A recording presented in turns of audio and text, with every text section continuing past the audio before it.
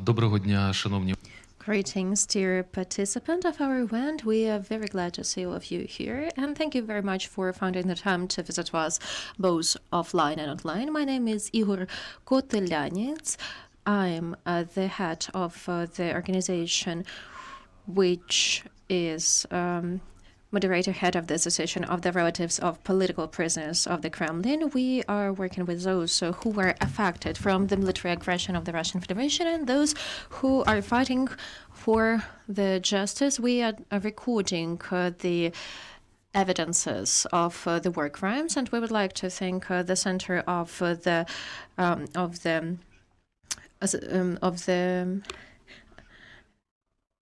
the freedoms. Today, the event we have that is a presentation of the expert analytical and recommendations how to prove that civilians were imprisoned due to military aggression of the Russian Federation. And also today we are going to talk about the algorithm of actions on how to prove these, confirm these facts by those who were released from the captivity, but released themselves, not in the framework of the so-called exchanges. The reports are available here, and Alina will help you to find them. The algorithms are also printed for those who are interested. If you're interested, please, you can get them. The reports will be interested for the lawyers, for the state authorities, and also the algorithm will be useful for the people who were released themselves, and now they are struggling with proving that they were illegally imprisoned. These researches were conducted with the International Foundation Vidrochenia, and why we have conducted this research. We wanted to have efficient tools which will include the international law and the current legislation of Ukraine, which unfortunately does not give us the answers to these questions, and therefore, considering these conditions, we are developing these kind of analytical documents. At the moment, we have the official numbers which are in the resolution of the Parliament Assembly as of October. Around 67,000 citizens of Ukraine are imprisoned or missing, and in these numbers we also have civilians who were imprisoned illegally due to the military aggression of the Russian Federation, and we have the reasons to consider that are dozens of thousands of citizens. Taking account that the Russian Federation is concealing the real numbers, unfortunately there is no organization which has the proved numbers. And we know that starting from 2022, the coordinational headquarters have released 3,800 people, and around 180 of them are civilians. So out of the total number of the people released by the coordinational headquarters, that is around 5%, and not a very high percentage. And after the release, typically these people lose their homes on the temporary occupied territories. They lost their lives, they lost their the past life, and everything that was related to it, and their house. And after the release, they are trying to prove to the government that all this time while they were absent, that they were in illegal imprisonment, to confirm these facts, to get this so-called status, because this status gives them the opportunity for the state support, and no facts means that they will have no support from the state. And unfortunately, the Ministry for Integration, while it still existed, they were refusing to provide us with the real numbers on the work of the intersectoral commission, which is in charge of the illegally imprisoned people. How many applications and what is the number of the rejected applications? But luckily we have the numbers from the Office of the Ombudsman, and the Ministry of Reintegration gave this number to the Ombudsman. And as of the November 2023, 30% of applicants were refused in the status. It means that people were contacting, they were trying to get the support from the state, but they couldn't get it, and these opportunities were not available for them. Today we are going to talk with our speakers, and I would like to introduce you the author of the expert analytical algorithm, Katerina Levchenko. Katerina Levchenko is the lawyer of the Association of the Relatives of Political Prisoners of the Kremlin. Today we have also Mikhail Sava. He is the Doctor of Political Sciences, member of the expert Council of the Center for Civil Liberties. And online we have Svetlana Odintsova, analyst of the Association of the Relatives of Political Prisoners of the Kremlin, co-author of this research. Also we have Yulia Polyukhina, lawyer of the human rights group Siege and the Ukrainian Helsinki Human Rights Union online. And also we have Oleksandr Panchenko, who was actually the person who has the experience of illegal imprisonment and the struggle with the state in proving these facts, and he can share his experience. Right now we have 10-15 minutes for the presentation, the key aspects of this research and the algorithm, and what are the problems, what problems to resolve with this research, and what will it mean for the ultimate beneficiaries, so the people who went through this experience and cannot obtain the state support. And then we will have 5 minutes for each speaker, and the speakers will be able to answer the questions, and then you will have the Q&A session, and you will be able to ask your questions. So I'm passing the mic to Katerina Levchenko on 10-15 minutes, but if you manage it faster, then it will be even better. Critics. First of all, I would like to say about limitations of the research. That is the law on the people who were imprisoned. It includes also servicemen, but today we are going to talk about only civilians. And also we are narrowing the focus. So we are talking about the people who were released not in the framework of the exchange. Why it is important to mention? Because we had a couple of interesting conclusions. First of all, that the current legislation is not perfect. Why? Because it was adopted before the full-scale war. This law, unfortunately, the Russian aggression with its scale and hostilities is our reality, and the current legislation, even though it is so progressive, could not foresee all the war crimes which the Russian Federation does on the territory of Ukraine. And therefore, one of the conclusions is that, yes, our law needs to be updated. Another category which we were studying via survey, via communication with the commissions, and they're in the interviews with them, and the requests and answers from the state official bodies is the implementation of this law. What do I mean by that? When we are talking about inter-sectoral commission in the Ministry for Integration, the problems, we are talking about the problems, and the third conclusion is that the coordination of headquarters on the treatment of the servicemen is the only authority which is able to be in charge of the release procedure. These coordination headquarters could have been more involved in the work with the people who were released outside of the official exchange. So how we are going to discuss it a bit later. So let's talk about briefly, but in more details about each of these points. Speaking of the definition of the law and what we suggest to change. At the moment, when we are talking about the civilians who have the right to get the status, we can see that can be only 2 categories of people. Briefly speaking, that are the prisoners, meaning that are the people who the Russian Federation and the proxies were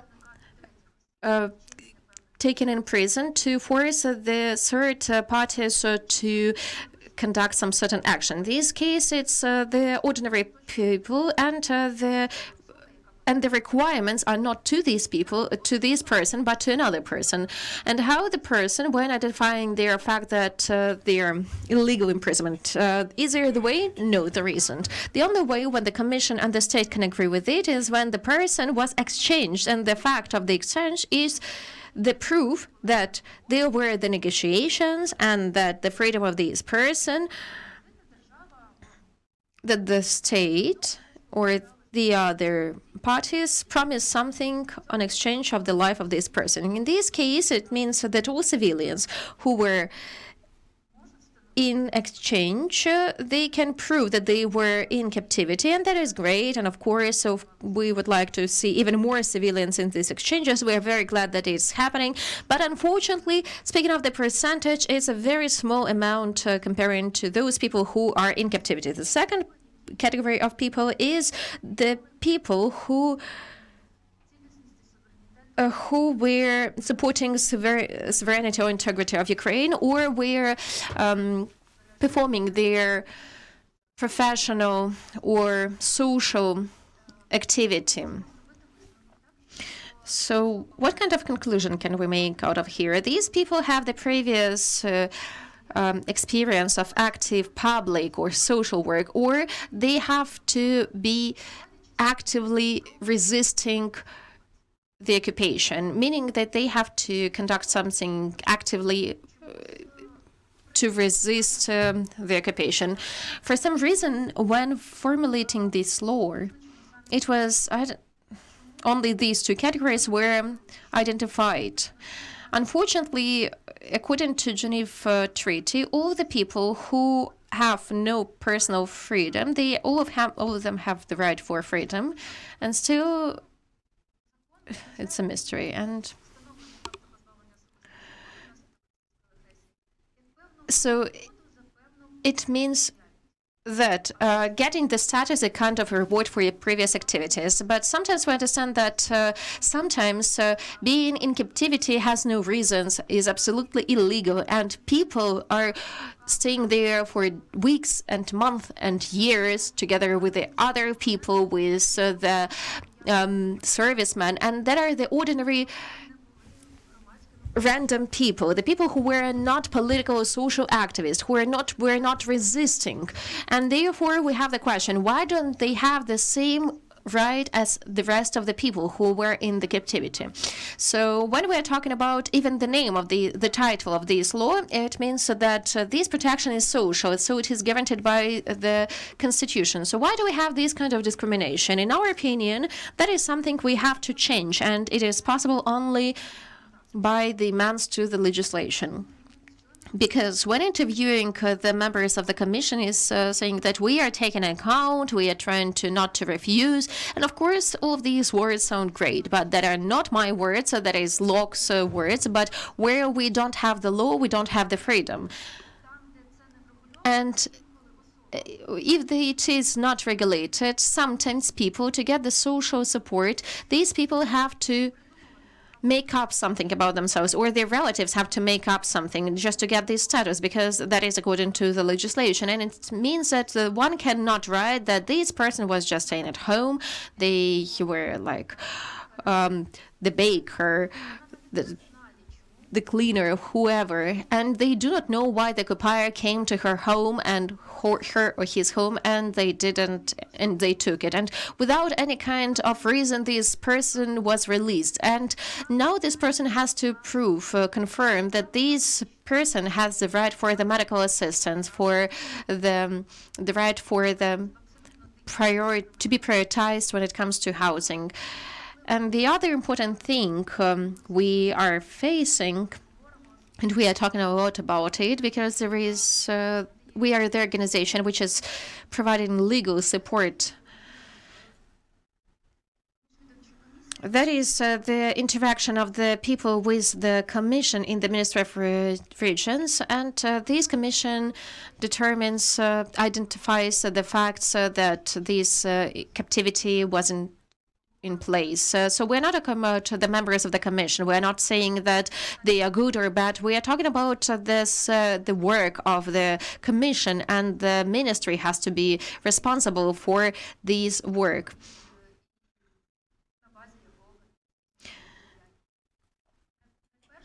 The first thing all the people are facing is the period of consideration of their application, 3-4 months, and we do understand that before the person was released, the fact they are a member of their family. So if the person has released him or herself and it was not the member of their family, in this case, it is a very long, it takes a lot of time. The people who lost absolutely everything, as Igor has said, they are typically from the temporary occupied territory. They do not have the documents even which could help them. They have problems with health, mental and physical. They do not have money, they do not have support, and they need to spend a lot of time to collect the documents, and the consideration can take even 6 months. Some people might not get any answer at all. So the next problem which comes out of this timeline, sometimes Commission is not justifying their rejection. So the person has provided with all the documents and gave all the facts which are needed. And in 6 months, they got not even the conclusion of the commission, but the letter from the ministry, and it says that we lacked votes. What is it? Does one care about the procedure and how the commission was voting? The person is just interested in what has happened, what they lacked. What else can I provide? What can I inform? Who I can refer to? So what commission lacks to identify these status? So this person is not interested in the procedure. And it's not just a logical mistake of the commission, it's also a violation of the current legislation. Also, it is violation of the constitution, because it is said that every applicant has the right to get the justified rejection and the law on the application of the citizen. So all the linear laws which regulate the procedure of application identify that if the person is rejected, then it has to be justified. We have analyzed the legal proceedings when applicants were suing because of these cases, and 100% of the decisions of the courts are saying that the conclusion of the commission is not meeting the requirements, and the commission was that the court is not as discriminative as the commission, but nevertheless the court obliges commissions to reconsider the application and to provide with the justified rejection. Even despite the fact that is according to each and every law in Ukraine, and it can be confirmed by the court practice. Nevertheless, Commission continues working in the same way. So why it is bad for the people? Because it takes even more time. So these kind of proceedings can take even years, and therefore the person has to reapply. And the person cannot reapply because doesn't understand what can be improved. Separately from there is another issue on the procedure. There is no person during the work of the commission was not heard, even though this right is in the law. Witnesses, applicants, and the representatives of the applicants were not heard. There were no hearings. So it is important for those people who were released outside of the exchange. Why? Because for them it is very difficult to prove with the preliminary documents and facts that they were in captivity in the detention centers, and to prove the period of time in detention. So typically that is the worth of the witnesses, because the aggressor state was not providing with any kind of, they were not imposing allegations. And typically these people are kept in these detention centers. And when people are released, these people get no document that this person was detained and how long did it take. So considering all these facts, our recommendation to the Intersectoral Commission is to follow the laws and to provide with a justified rejection, to keep the timeline and to be more initiative, enthusiastic about this work, and not to rely all this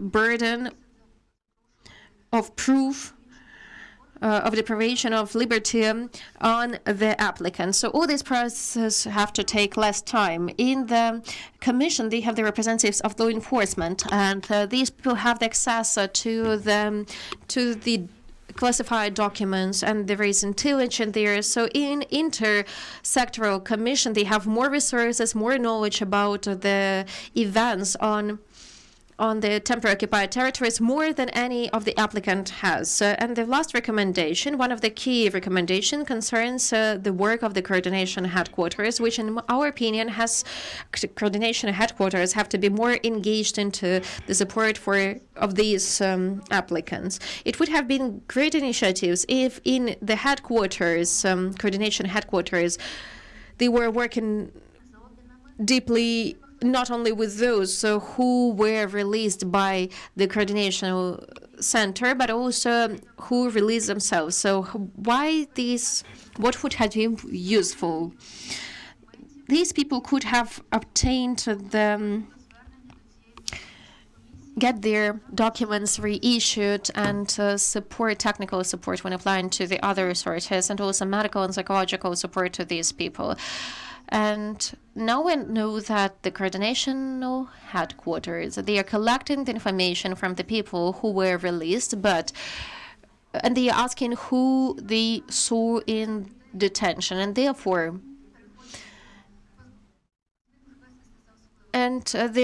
the people are missing under special circumstances, that they are going to the new category, to the category of the detained persons. And these people could have provided the available information on the collaborators, on the people in captivity, but at the moment there is no point for them to contact the coordination headquarters, because they can provide this information, but at the same time they get nothing for themselves. So it means that for them that is another point of re-traumatization, and they have to provide these people with the feedback. In our report, there is a detailed, considering the information we have analyzed, considering the experience we have a detailed chapter which can be useful for the lawyers, for the advocates and applicants, which contains the information about what, in our opinion and in opinion of the commission, what has to be included in the application for the commission to have the justified decision from the first attempt. And also there is the information what can you attach to this application. And of course, every case is unique, and we should not be relying that every annex is mandatory. Every person, considering their personal situation, they have to understand what they can add, what they can refer to. But at the same time, we understand that the objective of our report was not just to tell the state authorities and to point out the problems in their work and some certain things about issues regarding the work of the commission. So far we have what we have, and we have to continue supporting people and helping them to get the social support. Thank you. Thank you, Katerina. Katerina Levchenko, the author of the research and the head of the legal department in the association. So I would like to point out that the algorithm of the actions for the people who were in detention, these recommendations are both in the separate guideline and also in the research. And here you can find the information how, considering our perfect legislation, which does not foresee this kind of category, the people who released themselves, how under this legislation they can proof that when they were absent on the Ukrainian territory, they were detained and they were not somewhere. They were not hiding or they were not in some other places. Thank you very much for your presentation, and I would like to ask to join our online guests and speakers. Svetlana Odensova, she's also the co-author of this study, and she was organizing the focus groups deep interviews with the people who went through the illegal detention, who were trying to prove the state that, yes, indeed, they went through this experience. And it's really hard when the members of the commission, and of course, first of all, they pay attention to when they were considering the application. So if the person was released during the exchange, there is a video, there is a report from the relevant authority that this person was taken from the Russians. But when the person has left the occupied territories her or himself, and that this person released him or herself. So I would like to compare just two numbers before I tell the number of the released since 2022, 170 civilians released, and the number of the applications where the facts of the illegal detention was identified, around 800. So it means that even according to the official numbers, we have 4 or 5 times civilians who are released themselves without the engagement of the coordination headquarters. Svetlana was talking to these people, and she was studying their problems when identifying these facts. Svetlana, could you tell us, please, what were the victims pointing out, and whether there were success stories when maybe the people, not from the first attempt, but the people were able to prove, and maybe some other stories when people are not able to prove that they were in detention. So what happens to these people? Thank you for the opportunity to tell you about my part of work. Yes, indeed. For our research to be at most full, of course, we had to ask the opinion experience of the people who went through illegal detention, who were exchanged, not in the framework of the exchange, of course, that were people who we used to work with. These people got documents from us, or they got legal support from us, but also I can say that really a small percentage, only 2 people out of all interviewees, they had the positive experience of work with the commission. So these people, they said that they were fully satisfied that this process was very fast. They were waiting for around 1 month, and they got the status without any questions, any additional questions and explanations. 1 out of 31, 2 out of 31, yes. And the total number is 24% of the interviewees that they were rejected, and even when reapplying, they got the rejection again. And the key reasons in this case, as Katerina has already mentioned, that was lack of votes. And when we were interviewing people, we had some sort of informal survey, and we were asking about the procedure, whether you are satisfied with the work of the commission. And when answering this question, people were mentioning that there is no solid reason why commission has made this decision, why they lacked votes, what kind of documents should one attach. Considering the fact that there is no strict list of the attachments to the application, in most of the cases, people were saying in the survey that people got the phone call and they were told that they had to add documents, and they were not told which documents do they have to add, and that is something you can find our research. And the main problem people were facing, that was the main reason, the main problem people were facing. And also there was a person who was applying 4 times, and only on the first time the application was accepted, and it took almost 2 years, and therefore, yes, indeed, it's a problem. And beside that, lots of interviews, around 58% do not want to apply because they know that this procedure is very complicated. They know that lots of people were rejected. For example, if these people were in the one cell, they know that the people who were detained with them, they went through this procedure and they were rejected. These people do not want to start this way because they consider it useless, because the procedure is difficult and there are lots of rejections, and it does not motivate the people to apply.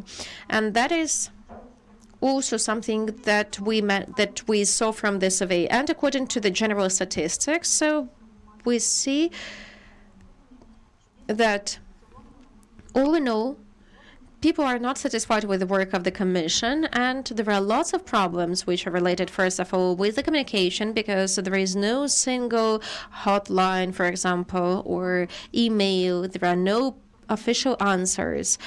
There are no clear reasons. And of course, it makes the reapplications more complicated, and people are not interested in continuing this way. Thank you very much. Thank you very much, Svetlana, that you are very on time. So let's move further. Mikhailo Sava.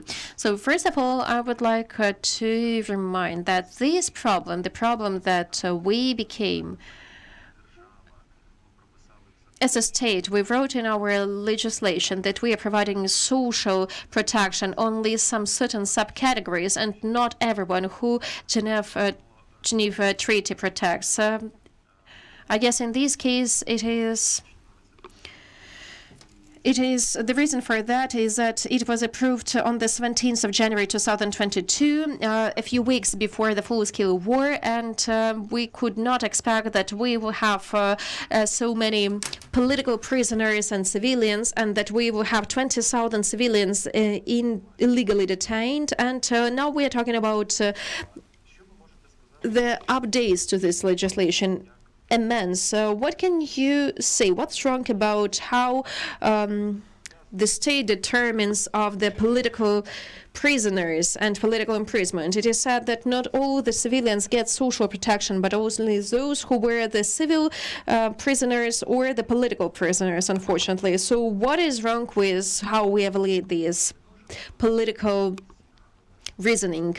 Can't we consider all the civilians who are imprisoned to be political prisoners, considering what the Russian Federation does since 2014, and what can be improved? I think this recommendation would be useful, considering the fact that Minister for Integration is turning into the Ministry of Union, and maybe there will be some chance for improvement. Thank you for your question, Mr. Igor. So I would like to start with the fact that I don't agree with the fact that the law we are talking about, the law on social and legal protection of individuals, regarding which the fact of the freedom deprivation was proved, it is outdated. Yes, indeed, it was adopted before the full-scale war, but even at that time, its main idea was wrong. I mean, Mr. Igor and Ms. Katerina has already mentioned that the state agrees to support some certain categories according to this law. There are two categories. The first one are the heroes who are resisting and the prisoners. But not every person who was affected by the war is a hero. Ms. Katerina has already said it, that most of the people didn't have the time to become a hero. They were arrested, detained in March 2022. They were detained the next day after the Russian Federation occupies the settlement. And in this case, we are talking about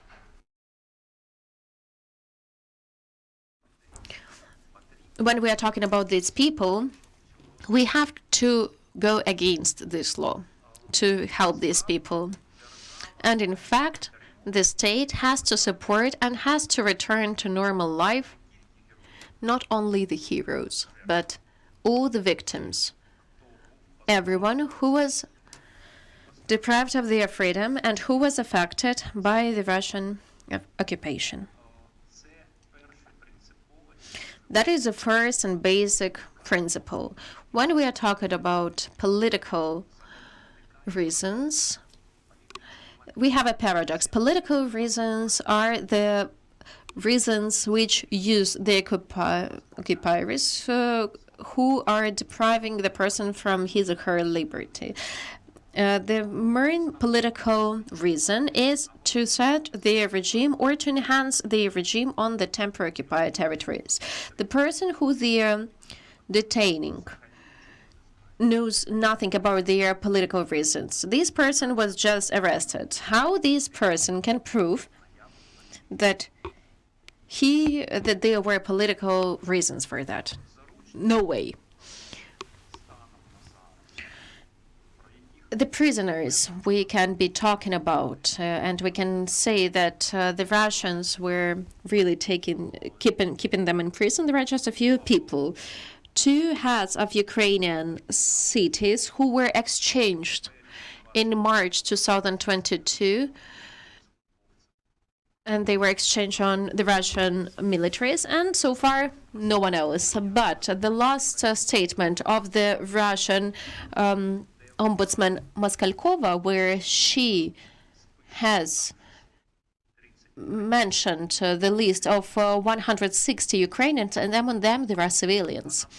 And she has directly suggested these people to be exchanged, but these people are civilians. And now we are talking about the prisoners. But this story has not ended. Anyways, we have not that many prisoners. So in this way, the law cannot be efficient, and this law is not efficient. Besides that, I would like to draw attention to a very important aspect, which is not very visible, but is very fundamentally important. This analytical document implements the new idea of terminology. In the documents, there is no word exchange, and that is the right thing.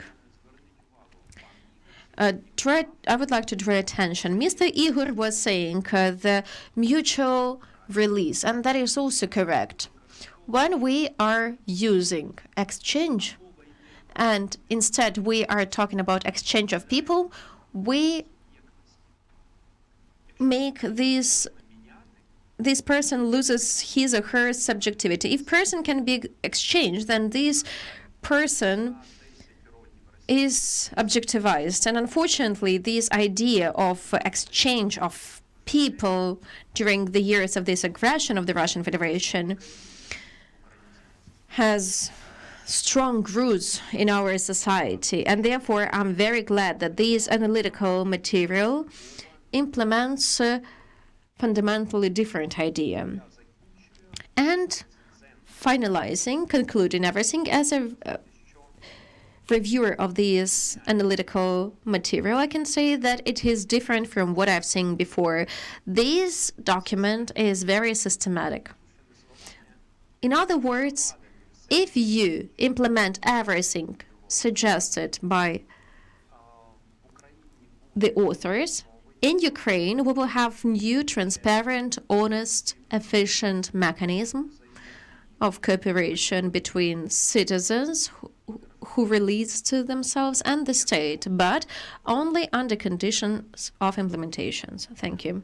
Thank you, Mr. Mikhailo. As usually, you're very intriguing. Thank you very much for your opinion, and I would like to invite Yulia Polehina, the lawyer of the human rights group SICH and the Ukrainian Helsinki Human Rights Union.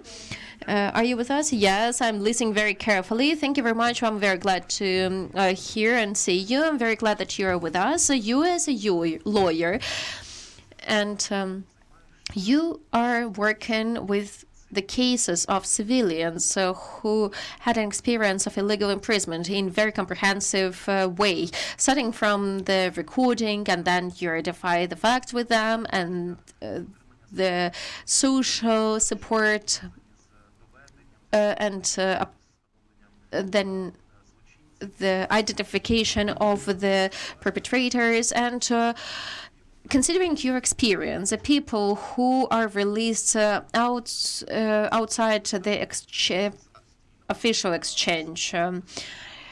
So how these people get themselves released, why it is happening, why the occupiers they are releasing them, and on the other hand, what are the difficulties they are facing when they are entering the free territory of Ukraine after a long way through the occupied territories, and when they are trying to prove the state that they were detained illegally and to obtain the basic social protection. So we are not talking about some reward grants, about some hero status, so about basic social protection. Do you have successful and maybe not successful cases, maybe some cases which you were supporting in the court, and what does it lead to? Please, could you share your thoughts and your experience, please? Thank you. Yes, I work with captivity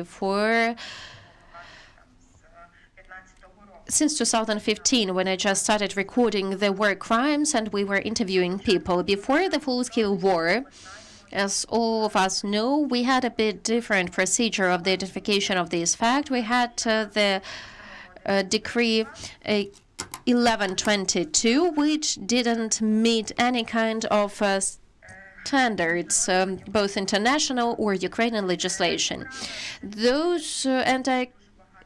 You are right, I support lots of people, and until now I have the clients who have just received these statues and who received these payments in 2024, but they were released back in 2018. And during all this time they had the court proceedings, and only this year my client got her status. And that was a very long process.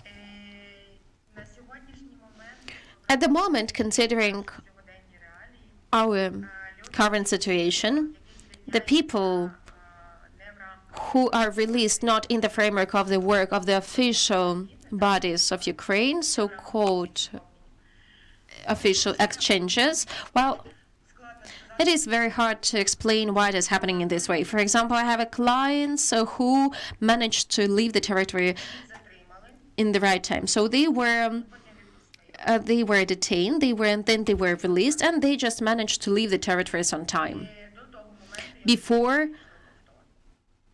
the Russians arrived to arrest them again. I also have the clients who were, so to say, deported, and it was so snobbish. They told them that they will not be allowed to enter the Russian territory during the next 50 years. So people didn't know what to do, whether to be crazy happy or how could they express their emotions. So we had these kind of clients. We also had the clients who were just released because they've spent their Russian court proceedings. So we know that there were lots of volunteers who were detained.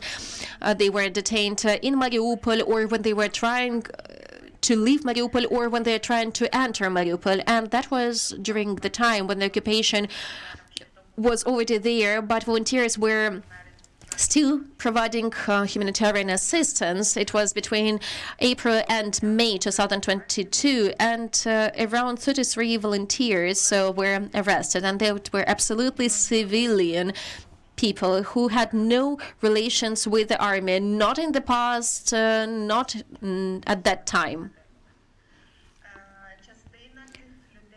Part of these people, and they were released not in the framework of the official exchange. So they were just gathered together. They had to stand in line in the prison, in the detention center, and then the gates were open and they had to go.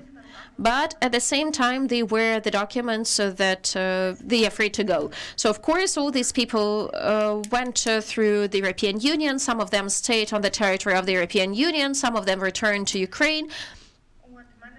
And I was supporting certain people from this group, and all the cases were successful. We have identified the fact except for one person. This is the person, this is a foreigner. He is not the citizen of Ukraine. And by the way, that is a huge problem because this law and the legislation which my colleagues were mentioning, this legislation concerns only Ukrainians and not the foreigners who live in Ukraine. So if the person has no Ukrainian passport, this person cannot obtain any kind of support from the state when he or she leaves the detention. We were trying to resolve it in the other way. We were trying to prove that it's discrimination, but all of it was veil. And therefore, we have applied to the Supreme Court of Ukraine. And we are still waiting. So it was regarding discrimination standards. And we were discussing also on the working groups, and you were also participating in these meetings. I was saying that we were sending our recommendations because indeed there are not that many people in detention, I mean foreigners who were volunteering or not volunteering and where they were detained, or not volunteering and they were detained on the temporary occupied territories. And there are not many foreigners, but nevertheless. And by the way, we have a few people identified who are still in detention. They are civilians, and they are not Ukrainians. That is the first big problem I'm facing. Then, speaking of the other issues, yes, indeed. My colleagues have already mentioned that the court practice, how the court practice works, but unfortunately it is useless because practically I can say that I have during the last 4 months, I have 4 court decisions, but these people are rejected again. So they write that according to the requirement of the court, we have reconsidered the application, and as you did not provide us with a confirming document, we are rejecting it. And again, without explanations, yes, again, without explanations. So there is no chance to change something, right? Because the applicant doesn't know what is wrong. Well, we know, I can say so. When I was justifying the reasons why it is happening in this way, the first task of the Commission is to identify the fact, meaning they don't care their case, where this person is right now. They don't care in which detention center this person was, whether someone has seen this person, whether we have any kind of witnesses. So the task of the Commission is to identify the fact that on the 22nd of March 2022, this person was detained in the individuals in the soldiers in the military uniform. So that is their main task. But at the same time, they undertake lots of powers they are not authorized to have. So they are making some investigations. Do you know where is your husband? Do you know where is your son? Have you contacted him? Do you have the proofs that this person is in detention? So they are calling and they are asking all of these questions. So is it your business? No. At the moment, we have a few ways, a few options. In one of the cases, we have reapplied and we have added materials, evidences. We found the indirect witnesses. And that is actually time. It doesn't mean that we just found today and today we've done everything and tomorrow we have applied. It's also time. It takes 3-4 months. And we were requiring interrogations in the framework of the criminal proceeding. So far, there were no interrogations. My client had to read the materials of the criminal proceeding because we don't want them to say that that you're lacking some document, that are the wrong documents, and we have a few other options. So how we choose it? We have 1 minute left. 1 minute. Okay, so with the other client, we have different options for different clients. So I'm planning to say that their powers are discriminative. What they are doing is not they have to do. So I can see that all of your cases, they have to change the legislation in the end of the day. So you need not only to help your clients, but also through these cases, you want to amend legislations and bylaws for them to work for these people. Thank you very much for this detailed comment and for your participation. Please stay with us. We will continue. And today with us online, we have Mr. Oleksandr Panchenko. Mr. Oleksandr right now is in Zaporizhia, and he was illegally detained, and he has his personal life story on how he was trying to work with the state and to obtain the support. Please, could you share your story with us, please? Greetings, everyone. What has happened to me? I think that most of the people have the same problem. I was arrested and detained and then released. But that's not the issue. But how we were communicating with Ukraine as a state? Ukraine has undertaken the obligation to support socially people like me. There are lots of people like me, to pay 100,000 hryvnias. First of all, why the person needs this money? Just imagine the person who was deported and leaves for the territories which are controlled by Ukraine. Personally, I fled the temporary occupied territories with 200 hryvnias, equal to €5. So these money are needed by the person in the first days when the person is released, when this person comes to the territory of Ukraine. And after this, one can live without this money. But in the first day, it is extremely important.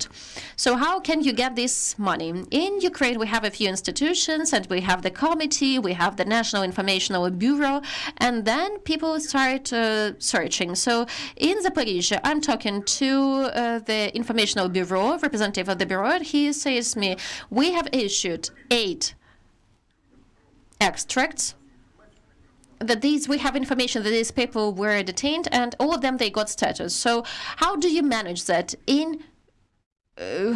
Can you imagine that in 2 years they issued only 2 documents? We have 6 gates of the information, the people, the administrations, and so on and so forth. So are people going there? Are people informing them if they issued only 8 statuses? So here is the example of the official answer from the Melitopol Rayon Military Administration. I think that all of you know where is Melitopol.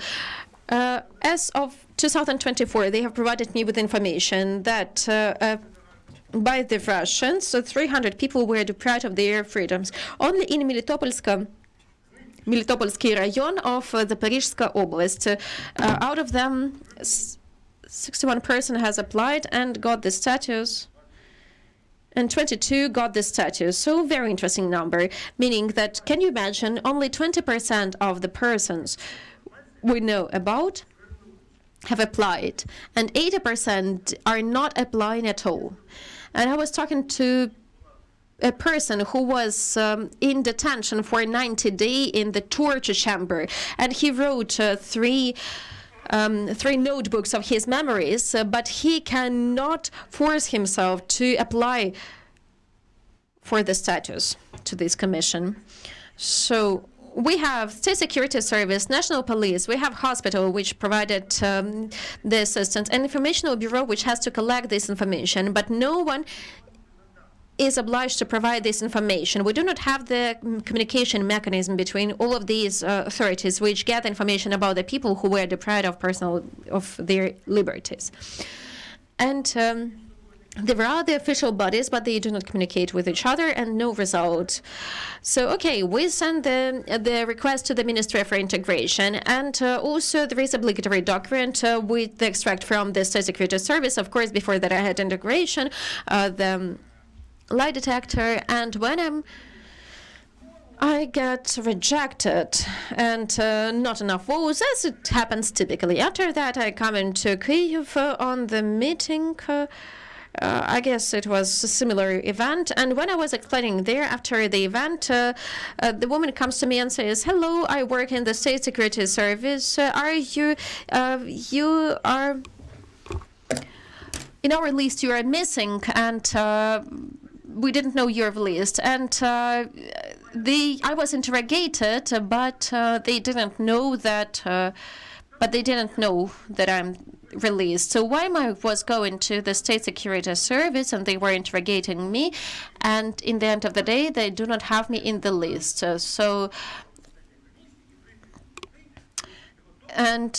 They could have prepared all this document themselves. So we have the register medical, register healthy, we have the court proceeding register. We have so many registers where you can find a lot of information about the person. So why do people need to go to these authorities and get the paper documents and to send to the other departments, for example, to the commission? So we live in the digital state, and if the car is violating the rules, you can see that that you have violated the law, and you just push a button and pay the penalty. So you just press one button, and the state has updated all the data about you. So why in this case it doesn't work in the same way? So what do we lack when everything is in place and you can find everything in the registers? I do not get this. So what is my impression? My impression is that when the state needs something from the citizens, in this case, they create the opportunities to fulfill their obligation. And when the state has to fulfill its obligation, they create obstacles. So that is how it works so far. Because when we're talking about 20% of the people who left here and who were detained, and only 20% asked for the support. Another interesting thing. In Zaporizhia, we have the Helsinki Human Rights Representative Authority, where one can get the legal support, and these services are free of charge. And who knows about this? So what kind of administration knows about it? And who has informed about this? There is no organization who has informed about it. So I came to one of the military administrations from the temporary occupied territories which operates in Zaporizhia, and I have asked her, how do you communicate with the informational bureau? She says, just a moment. She turns on the internet and shows how to register, but she is not providing them with information. Why? Why she, as a state official who has the information, does not provide it to the authority which collects this information? Why the authority which collects this information automatically does not send it to this commission? Why the person has to work instead of the state officials who are paid for that from the state? So what we are doing at the moment, as an individual, when I find the person like me, I am giving them the phone number, as I'm giving them the contacts, and I tell them to go there. Why am I doing that and not the state officials? Mr. Oleksandr, I would like to give a comment about that. You are out of your story, but I don't understand that it happened because you are the activist. You are the head of the organization which helps the IDPs in Zaporizhia, and you have deep understanding of this problem. I deeply appreciate your support. And maybe it was not your category of people you should have helped from the very beginning, but you're also helping them. You explain what is happening, you explain what they can do. So that are very good questions, and I think it's a very old problem, some lack of communication between the registrants, between the state authorities, lack of information. Yes, indeed, we have to improve these areas as well. Thank you very much for your story. Unfortunately, we are out of time, and we have today the representatives, the lawyers, the journalists, colleagues, and I suggest to start the Q&A session. If you have any, please raise your hands and you will be given the microphone. Please tell us your name, your organization, and your question. We will be very glad to answer them, and I think that all the speakers also will be glad to answer you.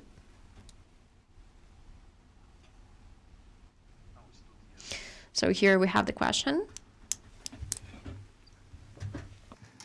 Thank you so much for your really good insights. I represent the Norwegian embassy here in Kyiv, and I have a question regarding your report. If this is something that you already shared with the Ukrainian authorities, if you have been in dialogue with the Coordination Center for Prisoners of War, and what are their feedbacks on your conclusions? Thank you. Може нам хтось допомогти з перекладом запитання для всіх спікерів? Вибачте, мене були I'm very sorry, we are not ready for English. Давайте. Супер. Да, дуже дякую. Можна, для всіх.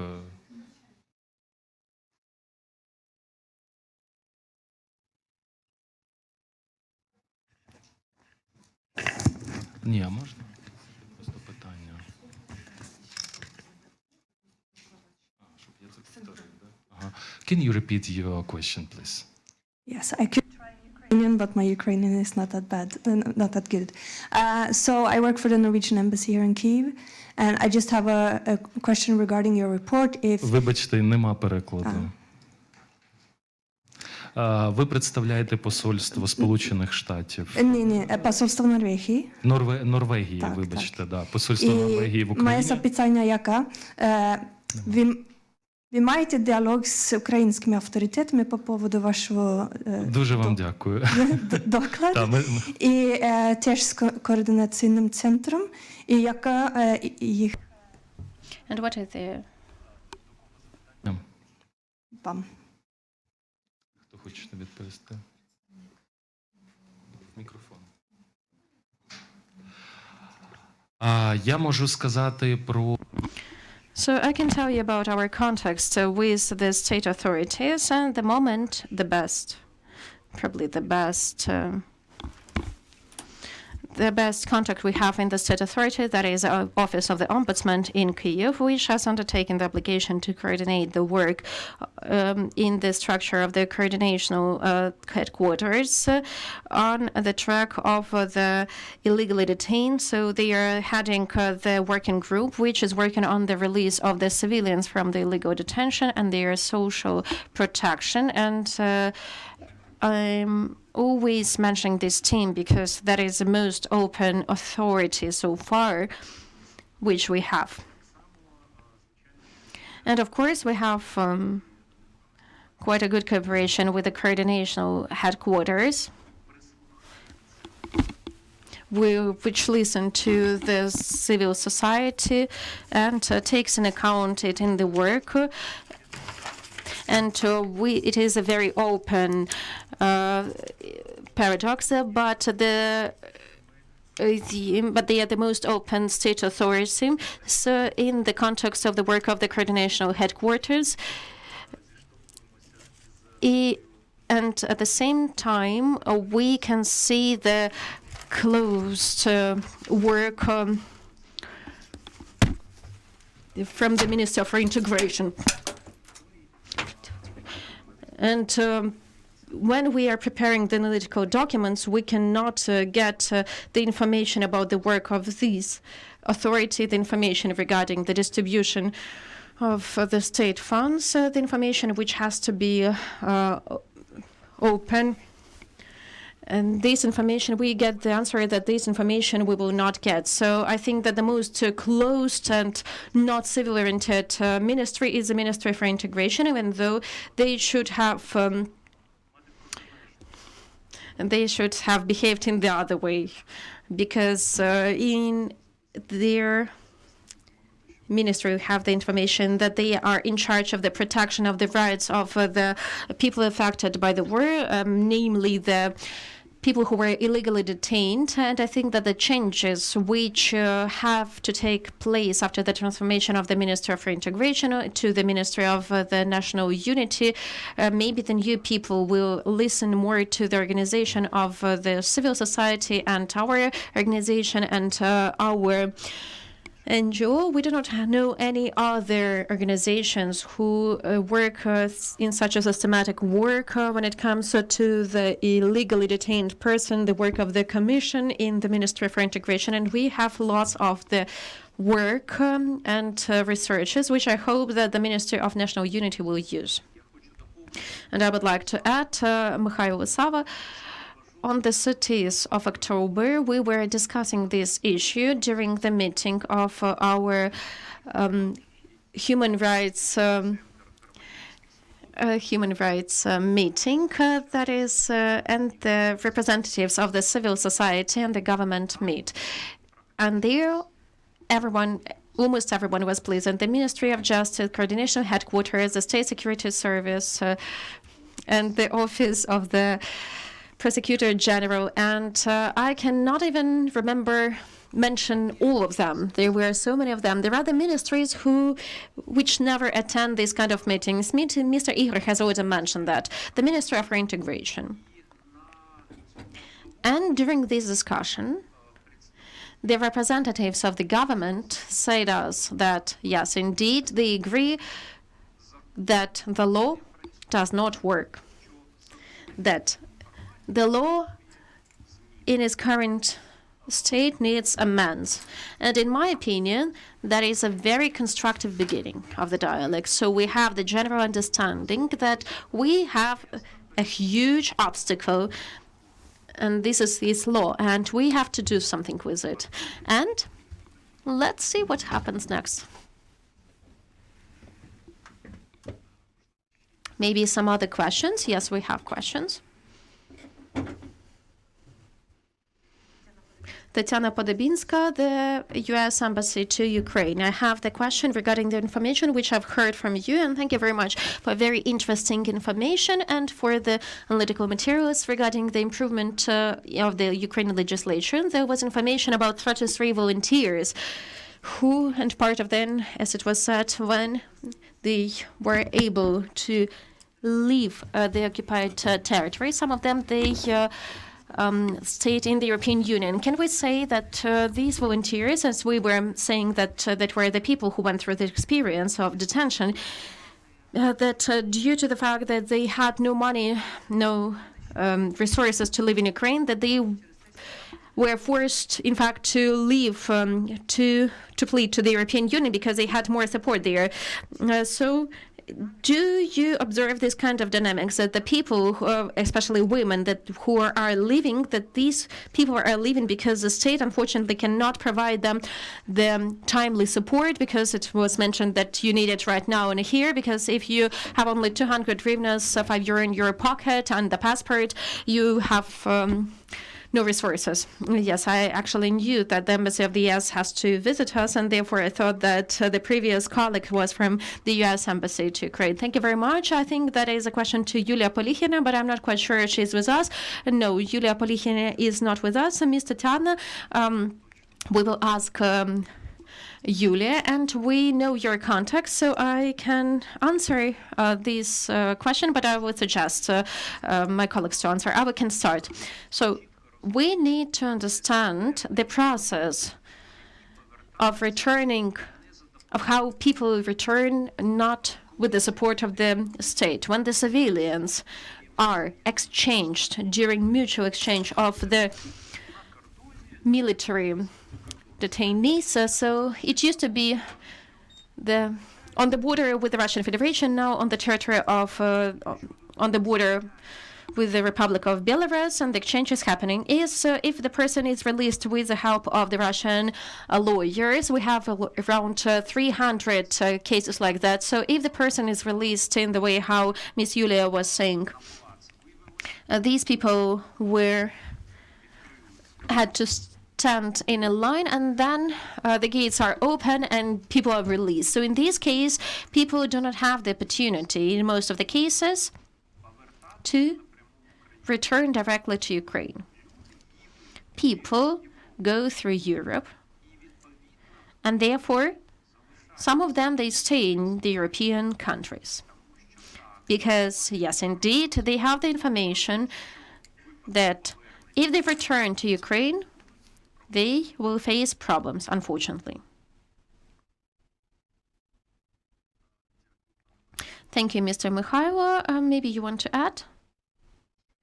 There is another unobvious thing. When these people stay in Europe, in this case, represented the embassies and the consulate, they do not help them to reissue the documents of the resident of Ukraine, and they are kind of even mocking. So that is according to people who were saying that are the people who were contacting us, and they were saying, like, go to Ukraine and update your data to be mobilized. So just recently, luckily, we had the amendments to the law on the mobilization and mobilization preparation, and the people who were deprived of their freedom, so they are not the subject to mobilization during the special period. But first you have to identify this fact, and these people, they were in detention for some time in the Russian Federation. They are suggesting to return to Ukraine to be maybe mobilized, because the commission, it takes time for the commission to apply, and the commission can be considering these cases for some time, and then they can be again in captivity. Otherwise, Ukraine cannot support Ukrainians abroad to reissue the documents. So that is a problem we are facing. I can only briefly add that our organization records the war crimes, and we're focused on the kidnapping, and also that is the Zaporizhzhia Oblast and the temporarily occupied territories. And we know that people who are fleeing, the people, when they are able to leave, typically they get to Georgia. Georgia accepts people without the actualized documents, and they are staying there for some time, and they go to the embassy and then they are asking to understand, contacting us to understand what is the procedure like, because they left and they lost everything. They lost everything they had. They have nothing. And in some cases, we are just, honestly, we are just giving them the money, our personal money, for the person who is on these territories for the first, so that this person had something to eat and to wear during the first days. And after these, the real cases we have. So sometimes people, they find out that people like them, they stayed in, for example, Poland, Germany, sometimes Georgia, Sakartvelo, and they have even the communities there, and they are suggesting the support, they are suggesting some work, and comparing to what Ukraine suggests, like getting 100,000 hryvnias in 1 year or wherever, when the status will be obtained. So of course, after this detention, after losing everything, they prefer to stay in the European countries. And that is the first thing. And the second thing, in the context of your question, well, I would have said that, I can say that, yes, indeed, it affects, and it affects because there is a lack of the basic social protection of the citizens, and therefore people not only get to the territory of Ukraine and stay in Europe, and some people who are IDPs who stayed all these periods on the Ukrainian territory, for example, in Zaporizhzhia, they decide to try to get back to the temporary occupied territories. Unlike politicians and some officials, we do not have the exact numbers of these people, but considering the fact that we are recording the information from this area, we know that around after August, the number of these people hasn't significantly increased, and people have seen that in the informational field, the thoughts have changed, and there is no hope that their towns and villages will be occupied, that they will be able to return to their homes. At the same time, these people get from the occupational authority, they get the messages through Telegram channels that their properties since January 2025 will be subject to nationalization, and if you will not register it according to the Russian legislation, you will lose it, and therefore these people have to return. And this is, first of all, lack of communication inside the state, and second of all, that is the pressure from the occupational authorities, and they are returning because they have nothing, and everything they have is on the temporary occupied territories. Dear colleagues, do you have any questions?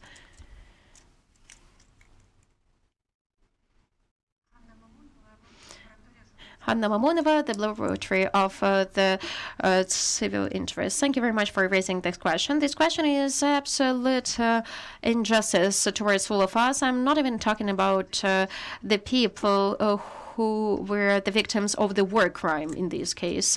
So I'm talking about the big number of people who were affected by the war. And I agree that this war was discriminative, and the attitude towards the people who live in Luhansk and Donetsk Oblast and the Autonomous Republic of Crimea.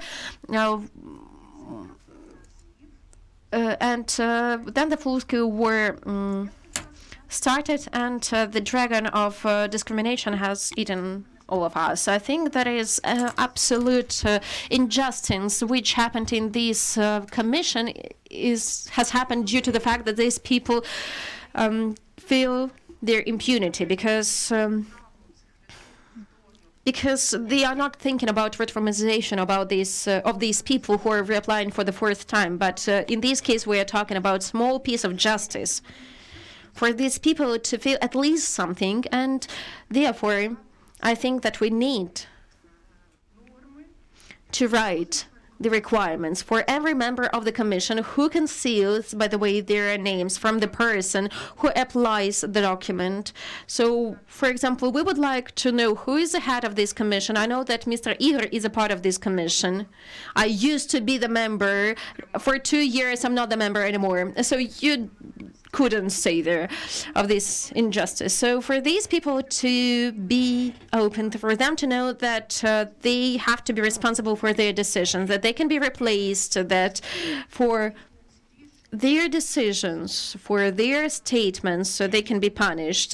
First of all, they are concealing their names. We finally find out some information. We are trying to understand what is happening, and we want to understand why this pro-Ukrainian position, why this position we applied is not enough pro-Ukrainian, and why this war crime, according to the Article 438, is a war crime. It is the crime according to the Roma statute, but for the commissioners it means nothing. And in the private dialogue and in the phone calls, and even when I'm interviewing them as a journalist, on record they say these things. So I wish there was some kind of publicity and responsibility in this case. So let me start from the process. So, okay, in the presentation you cannot cover all the aspects, but in the printed materials, we paid a lot of attention to this, because how should the commission work in this case, the radical case, which we were discussing with Mr. Mihailo,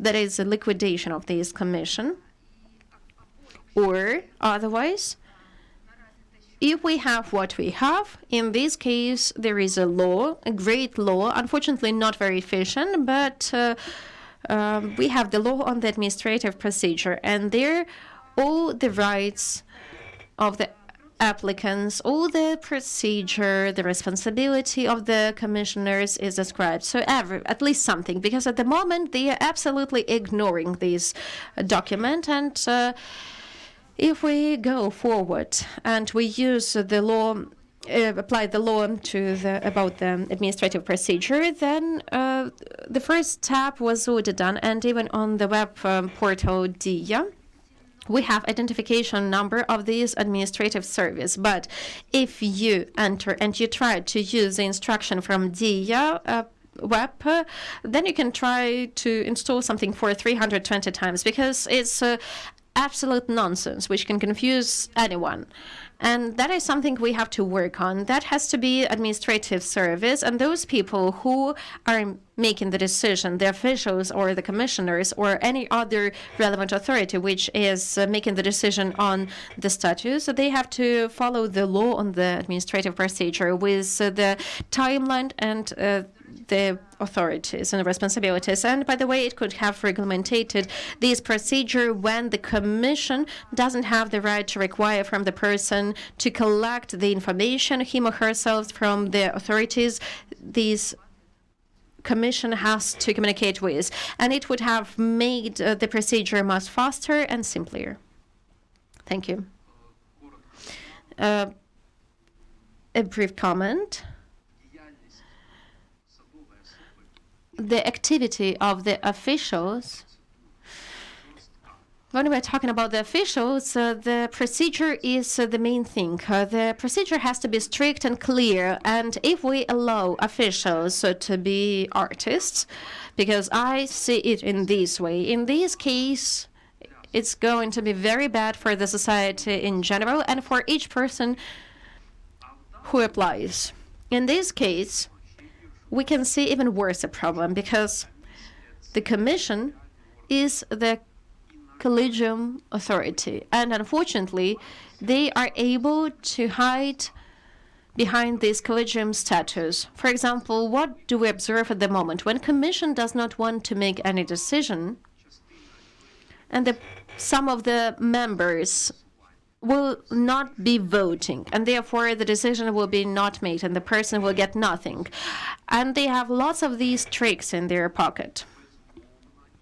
And therefore, we were discussing that during our meeting on the 30th of October. The best option is to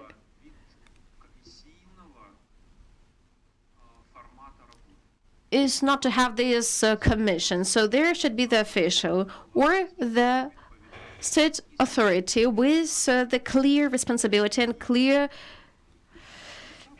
order of actions. And in this way, they have to identify the facts of deprivation, detention. Broadly speaking, for Ukraine, it is very typical to have low level of regulation of the state authorities, and that is a huge systematic problem, meaning then when the state official does what he or she wants, it's always bad. But it's a problem we have to resolve after the end of the war. I would like to add a small remark. I really appreciate that you raised this question. It's not that often when this question is raised. Before 2022, I used to be the member of this commission, and I faced so many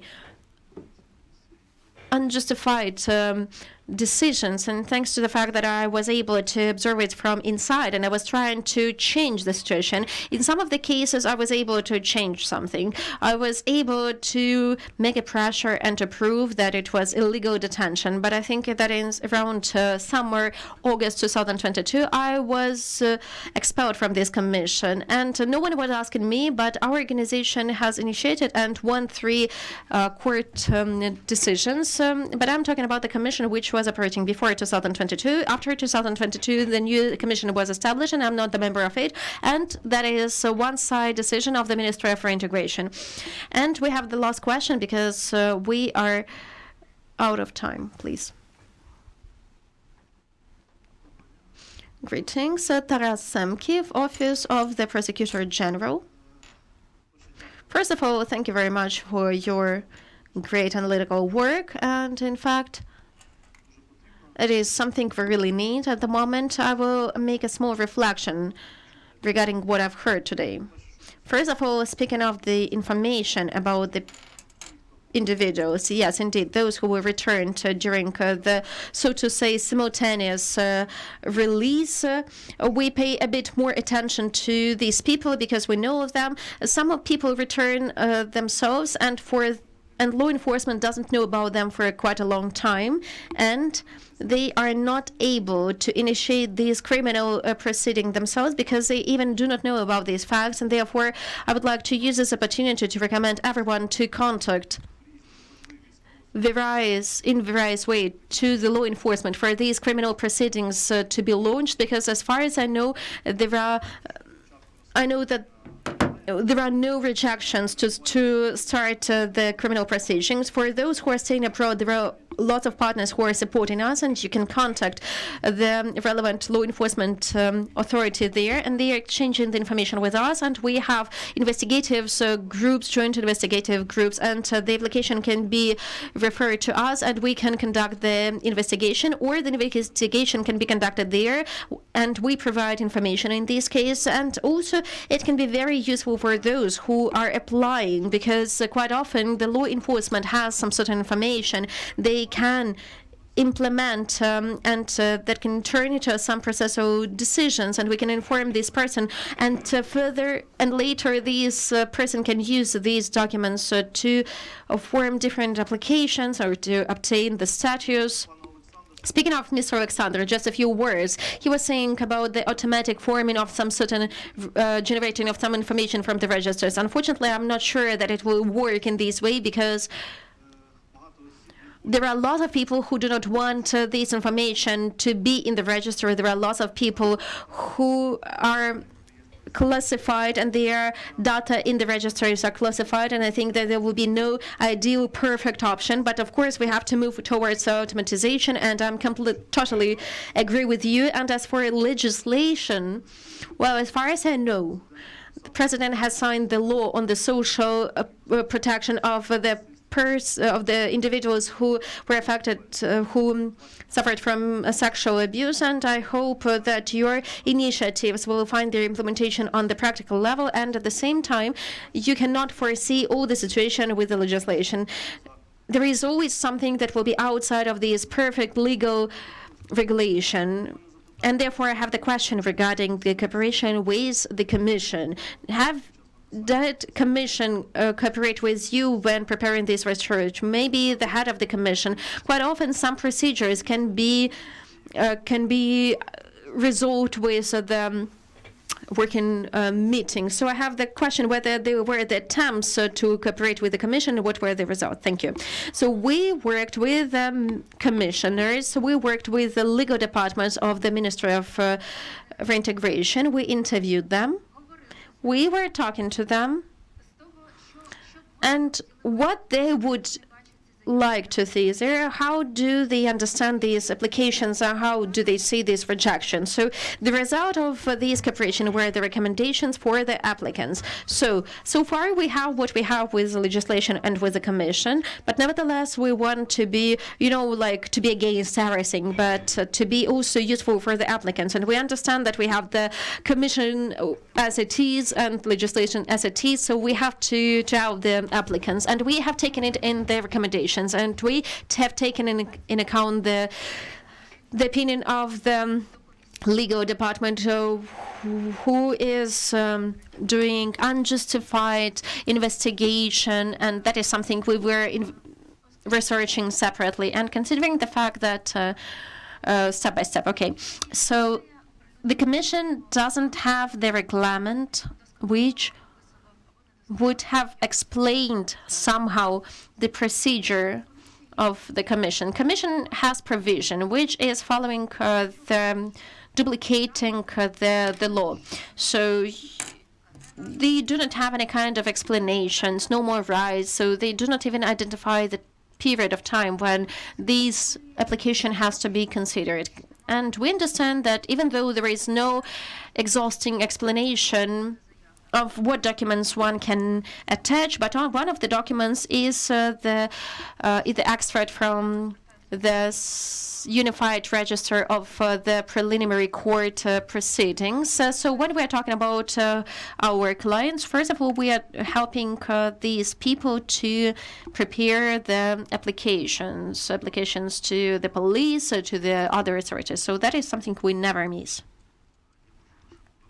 I can briefly add that among those commissioners who have answered our invitations to participate in these analytical documents, to resolve this problem, we had, first of all, the Office of the Ombudsman and the representation of the President in the Autonomous Republic of Crimea, that are two very open, as I would mention, two very open official bodies which are actively cooperating with our organization and with the other organizations. And I would like to thank them, and we will contact them again and again because we feel that we have the same interest with them. Speaking of the ministry, the ministries we were contacting, the ministries who are the members of this commission, typically they do not want to cooperate, and we can be just guessing why. And of course, the members of the commission represented by the NGOs, typically they are also accepting this invitation for cooperation, and also NGOs want to participate in this work. Thank you very much for your work. Thank you very much, all the participants who joined our event. We ran out of time, and I hope that this event was useful for you. And please share, promote this information, awareness about this problem, and about the ways to resolve this problem. Of course, we will be very happy if you can share this information, if the state authorities will see this information and will participate in our discussions, our dialogues, and of course, if our members of the parliaments will take into account this information and amend the legislation. Thank you very much.